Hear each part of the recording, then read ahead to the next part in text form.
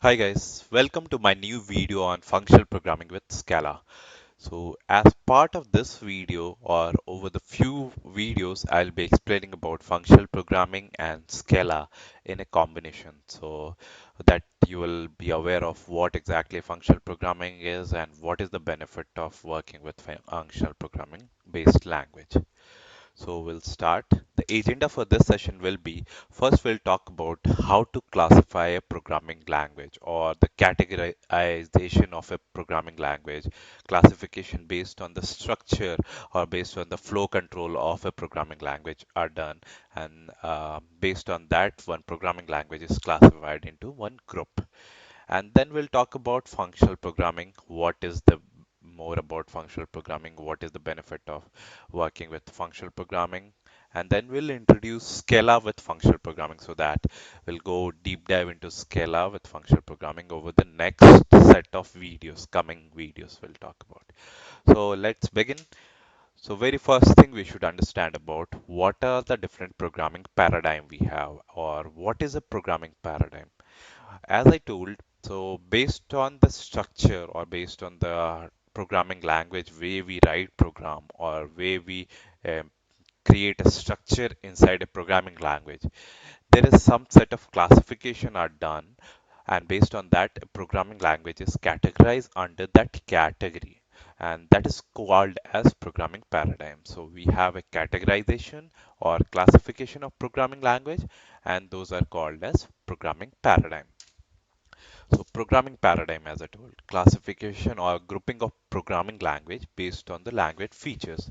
And these features will be like the programming structure or how we write program, like the for a loop, if else block, and those are the major part that takes important role into classifying a programming language into a category.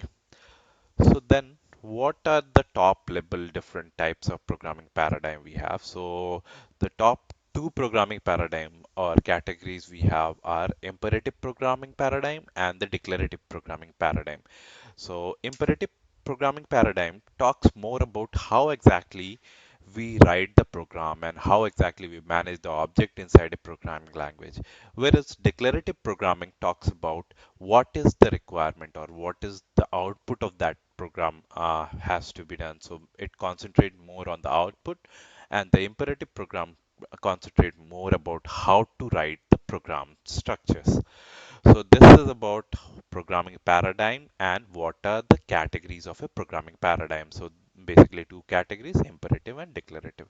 Let's go deep dive into imperative and declarative programming paradigm. So as I told the programming paradigm, so imperative and declarative paradigm are the top level categorization of a programming paradigm. Inside that one, let's see some code example to understand a high level or 1000 feet away from that, like what exactly makes a programming language imperative or what makes it a declarative programming language. So let's see. So this is the first thing. Uh, you see from the top right, one panel is there. There I have added some code. So like I want some function to be performed, like in the one array input, I want some operations to be done over this array. Whatever the values are inside that array, I want to perform some operation over it. So, you can see that what I'm doing is for loop. I'm iterating over each element of that group, and then I'm returning the result. So what I did a for loop inside that one. So this is the way we write in an imperative programming language, where we have to deal more with for loop and if else condition, everything we have to manage. And below you can see that example of a declarative programming language. Here what exactly I'm doing is, you can see that again the same feature I'm trying to achieve or same functionality I'm trying to achieve. I want a double of that array, whatever the element inside that array, I want to multiply that by 2 and make it double and return that array with multiplied by 2 values for each element. So you can see that here the language itself has provided me a mapping feature. Over that I have to iterate it like this. Instead of writing for loop, the programming language has provides a abstraction layer where I don't have to deal with the core logic, or I don't have to go directly writing for loop or if else condition, but over that I have a layer, abstraction layer, which I can start utilizing it instead of writing the for loop directly. That gives us more flexibility in terms of concentrating more on what is the requirement of that particular block, or what is the requirement of that particular function, instead of concentrating on how to write that one. So this is the top level difference between imperative and declarative programming paradigm. So as I told, here in imperative programming language, what we have to do is keep track of change of state. So whatever change of state is happening, we have to keep track of that one, so that will not break something, or we should pass that object properly at particular modified instance only. And in declarative, you can see that what transformation is required. We are more caring about what exactly the requirement, and we are just doing that one. And as I told that in an imperative programming language, you can see the second point in imperative programming language, primary flow control are loops, conditional statement, and function calls. These are the primary flow controls. And as part of declarative programming language, primary control flows are function calls or recursion or tail recursion, which are not directly the if else or any loop control flow, but over that abstraction layer. So we are using that one. So this is the top level categorization of a programming language, imperative and declarative programming paradigm. Let's see what are the languages are there which comes under imperative programming paradigm and what comes under declarative programming paradigm. So if you see imperative programming language, it is like C or basic, those languages comes under imperative programming language. Even object oriented language like C++, Java, that also comes under imperative programming language, because here also we care more about handling the object and how exactly we write the control flow, or how we manage to update the object. These things uh, are more important in terms of imperative programming paradigm. And as part of declarative paradigm, we have functional programming, where Lisp is one of the programming language. Haskell is kind of purely a functional programming language. Erlang is there. Scala is there. Those comes under declarative programming paradigm. And also we have logic or prologue language kind, where that is also kind of declarative programming language. And basically the mathematical expression, whatever the mathematical expression we have, that is also treated as a declarative paradigm. That is also kind of representation of a declarative paradigm. Okay, so let's move on to our next thing, functional programming. So that is our main topic. Before that, we try to build the base of understanding a programming paradigm. After that, we'll go into functional programming. So here, what exactly functional programming is? As we discussed before, this is a declarative programming paradigm language. Functional programming belongs to the category of declarative programming paradigm, where we have, instead of writing more control flows or more for loop and if condition, here we care about what is the objective, or what we have to do with that particular thing. So that is the main purpose. And if you see the Wikipedia definition of a functional programming language, you can see that style of building the structure and element of program that treats computation as a mathematical function evaluation and avoid changing state and mutable data. So this is the definition, which I'll break it down and explain one by one each of that. Style of building the structure and element of the program, as we talked about before, like based on this style of building the structure and element of the program, it is categorized under declarative programming language, where we have a different way of writing the program. And the second statement will be compute that treats computation as a mathematical function evaluation. So second statement, if we care about, so what exactly it says is it treats computation as a mathematical function evaluation. So computation, what exactly computation is? Here computation is our main function. What is the objective of that function? So that is being treated like a mathematical function evaluation. Like if you have some uh, requirement saying that if you want to update the employee's salary, that will be treated as a update operation or mathematical function evaluation, where we'll apply mathematical formula over that and we'll take care of what are the basic mathematical function evaluation principles are, like purity, impurity, those things we care about in terms of treating it as a mathematical function evaluation. And the third statement here is avoid changing state and mutable data. So as part of functional programming, we avoid changing the state and mutable data.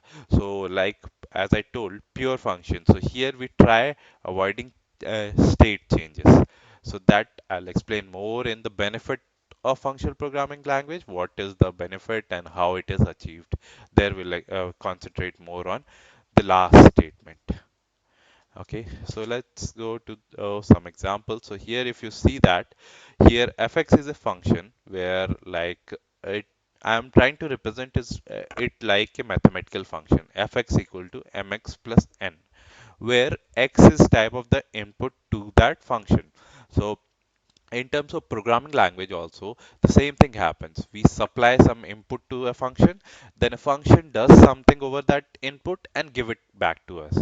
But in terms of like a functional programming language or functional programming language that treats function as a pure function, what happens here is whatever the input provided x, that is not modified inside y function. So whatever you are doing operation, we don't do directly onto the input variable.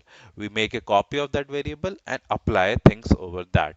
That is the last statement, avoid changing state. So whatever the past state is there, past value to that function is there, we are not trying to change the state of that value.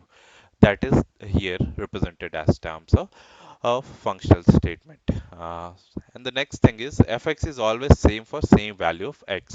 So the second statement of the functional programming definition, as I told, it treats computation as a mathematical function evaluation.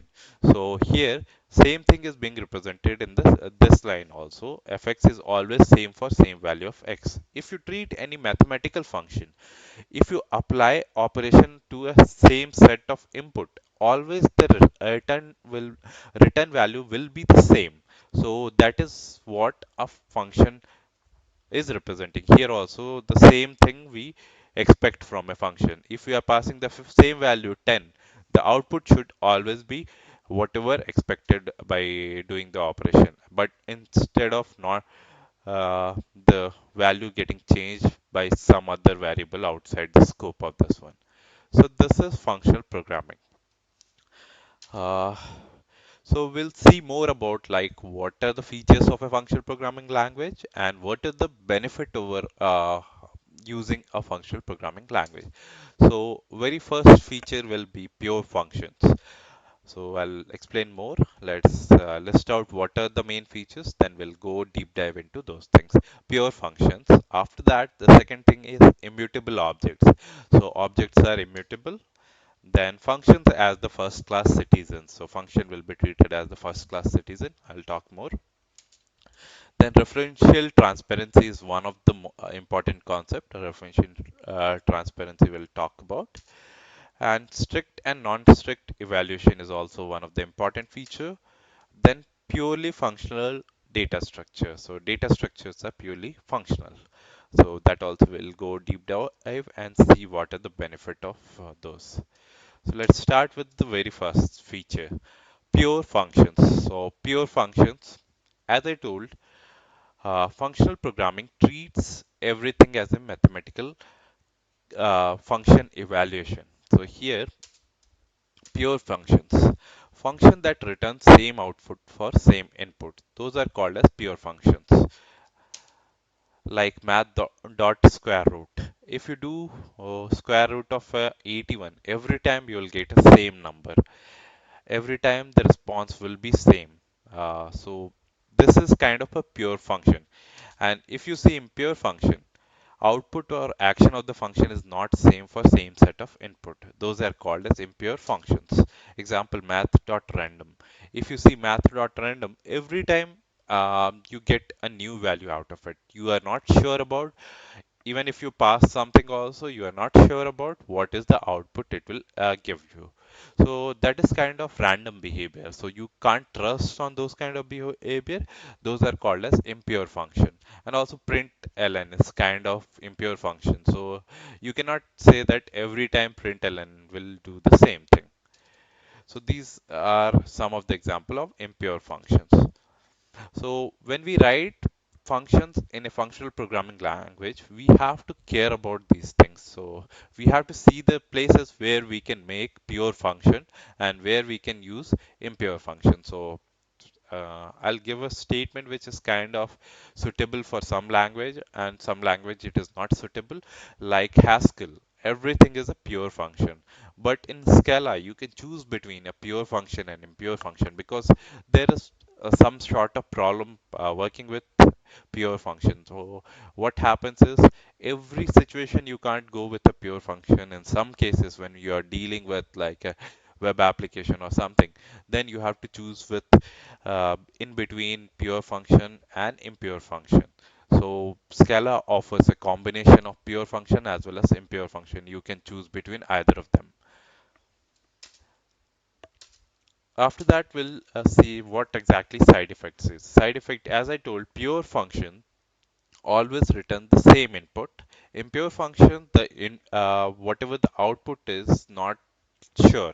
We cannot guarantee about the output and it depends on some other variable or some environment. So those are impure function. But side effects, what side effect is, like a function is there. If you are passing some object or passing some value to it and that value is getting modified inside your function scope and that value is also accessible from some other location of your program, in that case it ends up into a side effect where whatever the element inside your function has another scope also or is accessible from some other scope also, that ends up into a side effect. Side effect is by definition what it means is if a function is modifying anything which is not in the local scope, those are considered as side effect. Like you have an employee uh, utility a class where you want to do some utility functions like updating his name or correcting his name. So what kind of functions you will write is like you'll pass in terms of object oriented programming, how we'll do is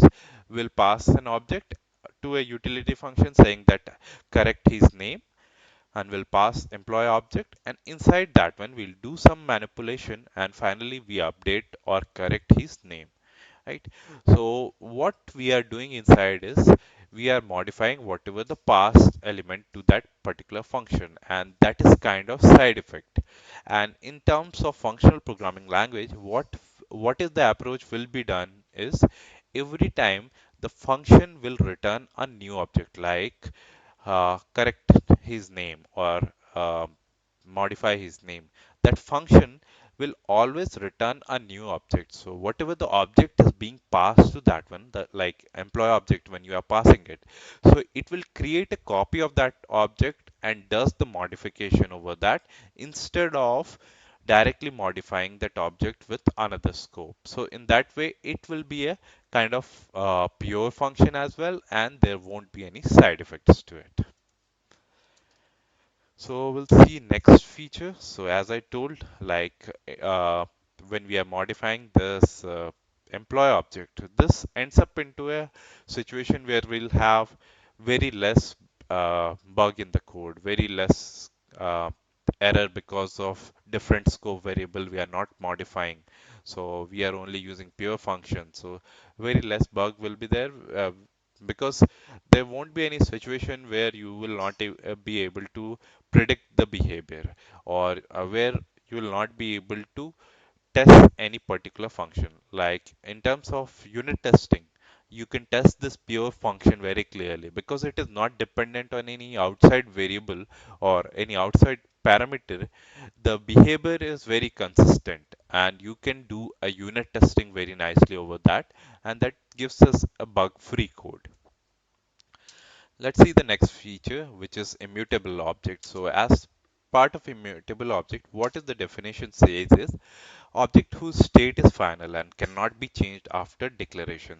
So if you have a background of Java or any other object oriented language, we have this immutable object concept there, where what we do is if an object is created, we don't allow the state to be modified, like that is a final object.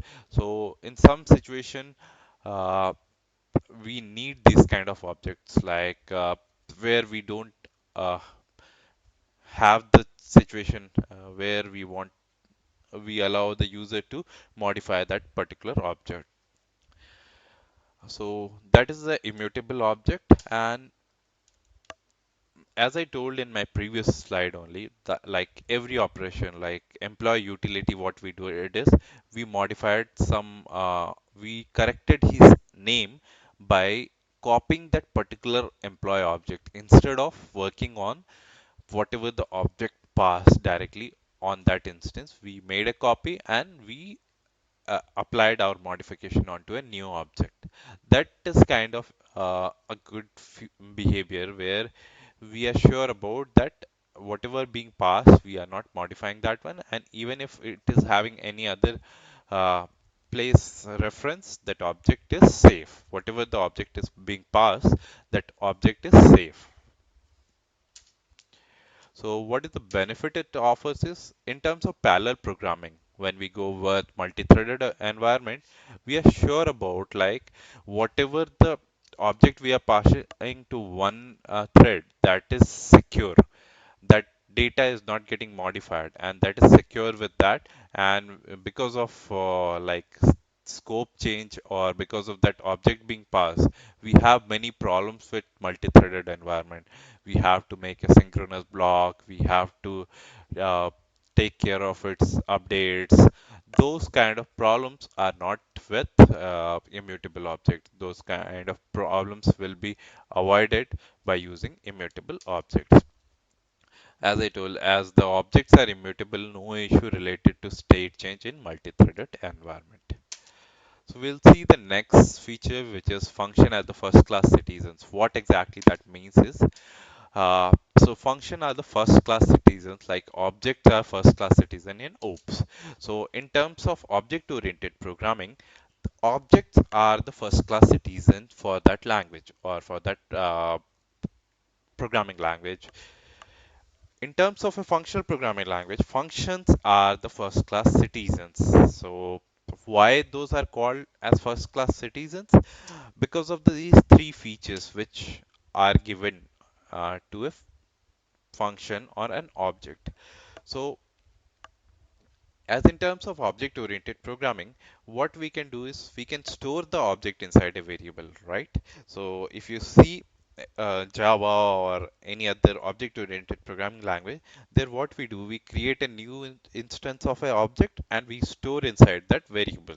So object where we store all the data that is being stored inside a variable. Like that, in functional programming language, functions can be stored inside a variable.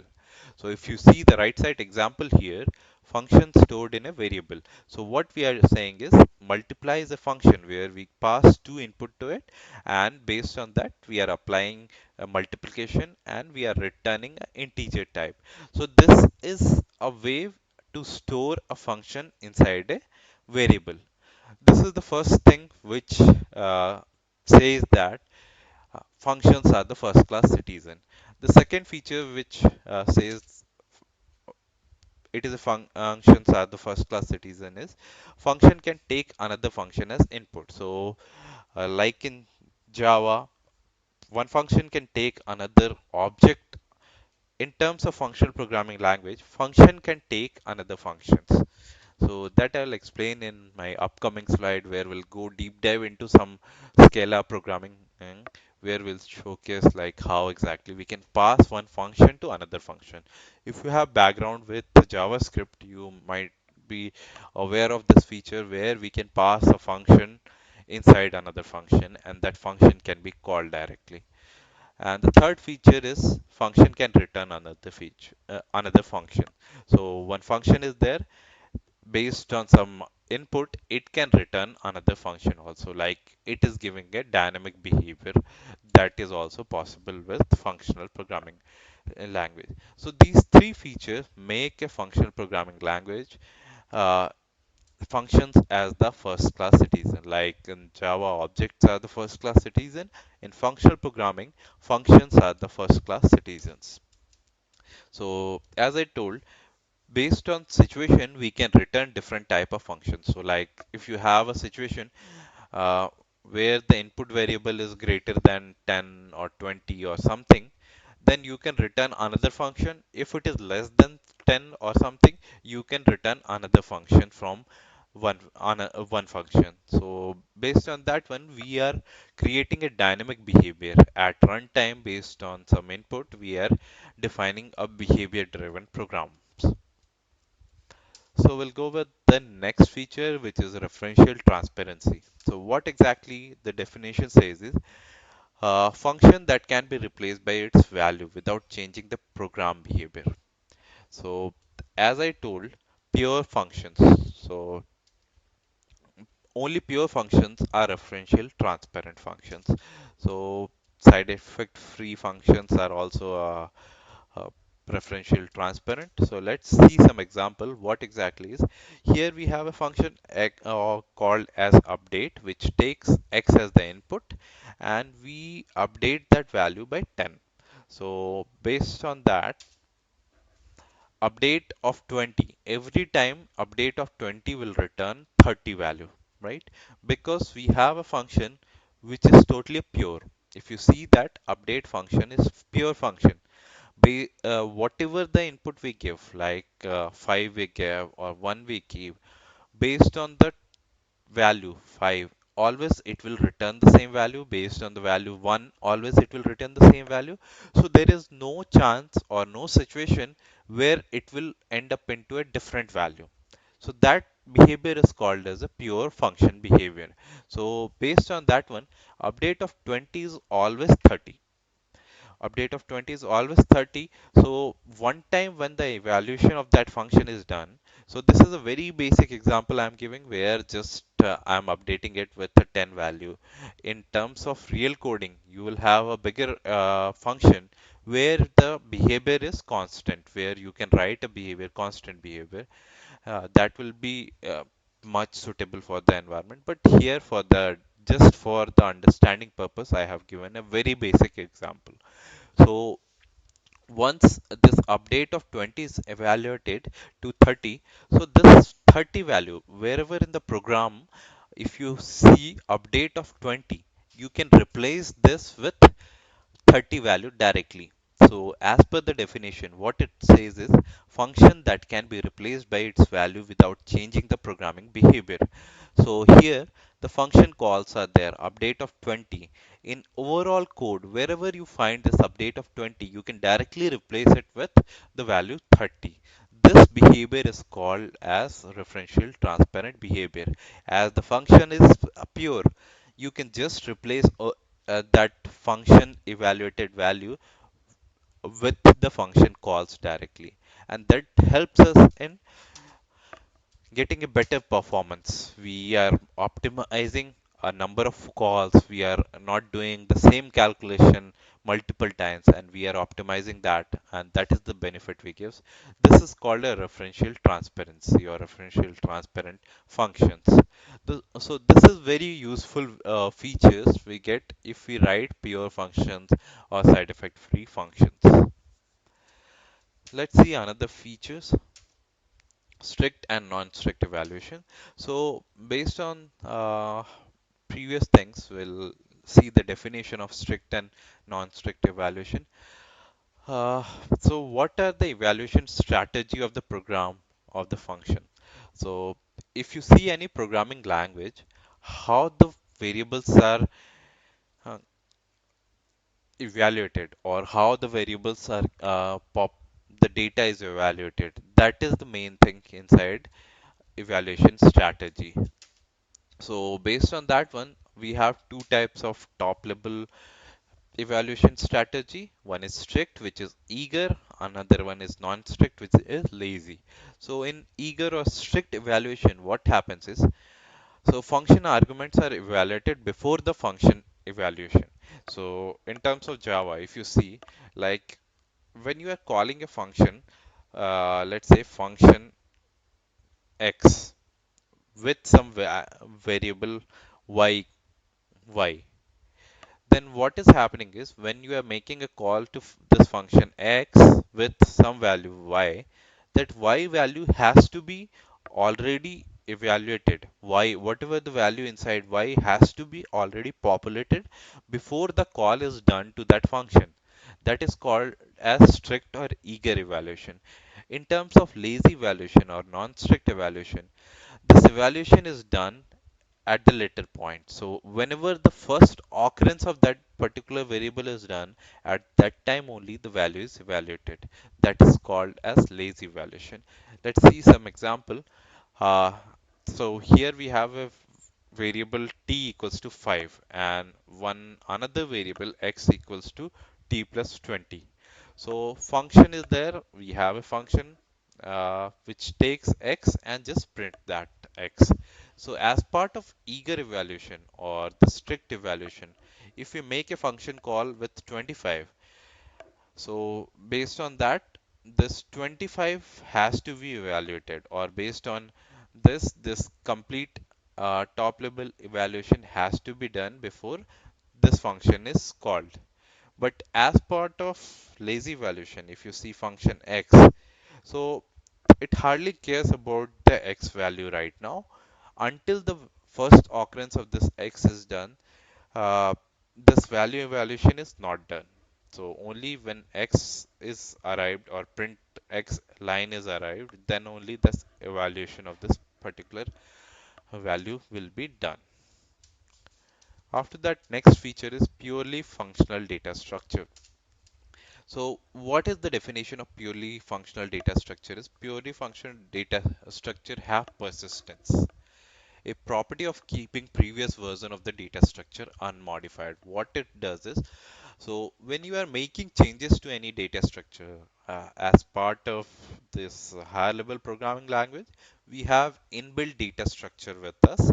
Like we have arrays, we have map, we have list. So these are the data structures we are talking right now. So as part of purely functional data structure, what happens is when you make any modification to array or map or tree, so whatever the previous state is not getting modified, it is getting copied. So the complete data is copied, and over that, the modification or updates are done. In that way, it is creating a safe kind of for parallel programming, a safe environment where the data is consistent. You whatever the past data, we are sure about that past data is consistent, and the function will return a new data structure or a new array which is updated one. So in that way, it creates a versions of that one. So this feature we have to work with creating a persistent mechanism where we can store this previous state and we can utilize the new state of that object. So as I told, we have already existing data structures with that.